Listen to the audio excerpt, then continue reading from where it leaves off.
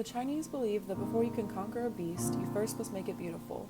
In some strange way, I've tried to do that with manic depressive illness. It's been a fascinating, albeit deadly, enemy and companion. I have found it to be seductively complicated, a distillation both of what is finest in our natures and of what is most dangerous. In order to contend with it, I first had to know it in all of its moods and infinite disguises, understand its real and imagined powers. When Kay was 18, she reluctantly started her undergraduate studies at the University of California, Los Angeles. For her, college was a constant pattern of shifting moods, from violent and dreadful lows to intoxicating and seductive highs. At first, everything seemed so easy. She felt great. Not just great, she felt really great. Her mind seemed clear, focused. Not only did everything make perfect sense, but it all began to fit into a marvelous kind of cosmic relatedness. But her mercurial moods and recurrent, very black depressions took a huge personal and academic toll during those college years.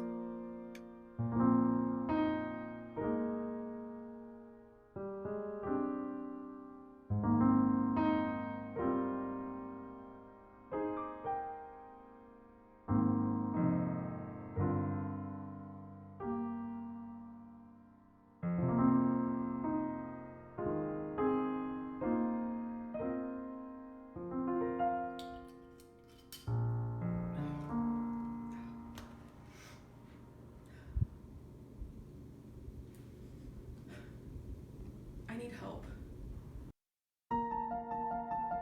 Kay was not only very ill when she first called for an appointment, she was also terrified and deeply embarrassed. She had never been to a psychiatrist or psychologist before, but she had no choice. She had completely lost her mind, and if she didn't get professional help, she was quite likely to lose her job, her already precarious marriage, and her life as well. Kay's psychiatrist prescribed lithium in the fall of 1974. Her war with it began not long after she started taking it. There was never any question that lithium worked very well for her, but the drug strongly affected her mental life.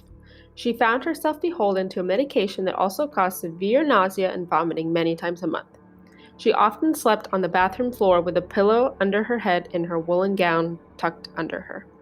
When the lithium became particularly toxic, she would start trembling, become ataxic, and walk into walls, and her speech would become slurred. It also impaired her ability to read and learn, something she had always enjoyed doing. Because of the side effects of lithium, I began to refuse to take it on a consistent basis. My psychotic mania was eventually followed by a long, black, suicidal depression.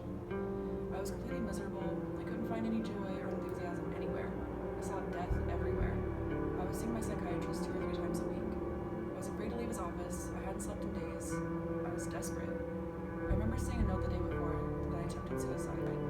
All it said was, severely depressed, very quiet. Kay decided upon a solution that seemed to her to be poetic in its full circledness.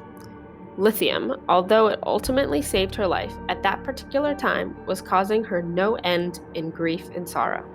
So she decided to take a massive overdose. I took a handful of pills, curled up on my bed, and waited to die. What I hadn't thought about was the fact that a drug brain reacts differently than an alert brain. So when the phone rang, I must have called semi-comatose to answer it. It was my brother calling from Paris, and after hearing my slurred voice, he immediately knew something was wrong. He then called my psychiatrist to come check on me.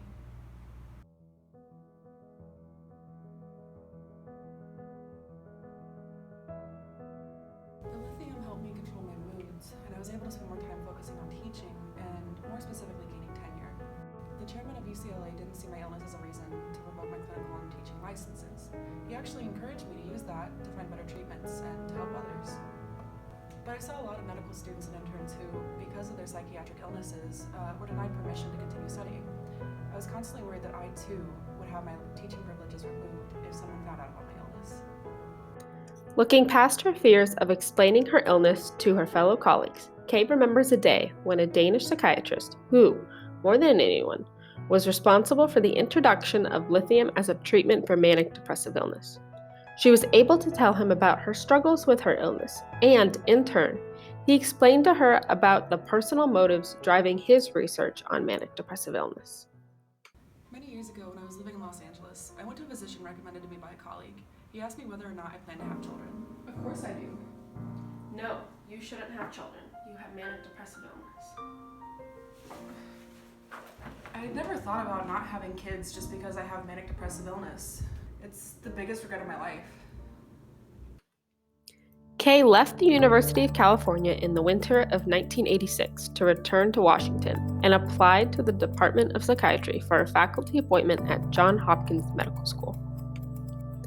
After telling him that she was treated for manic depressive illness and that she needed to discuss the issue of her hospital privileges with him, he put his hand on hers and said, "Hey, dear, I know you have manic depressive illness.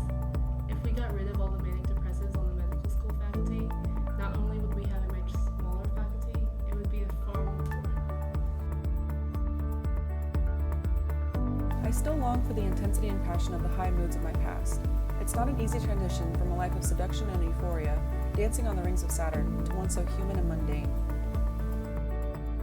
The countless hypomanias and mania itself all have brought into my life a different level of sensing and feeling and thinking. Even when I had been most psychotic, I've been aware of finding new corners in my mind and heart. Some of those corners were incredible and beautiful and took my breath away.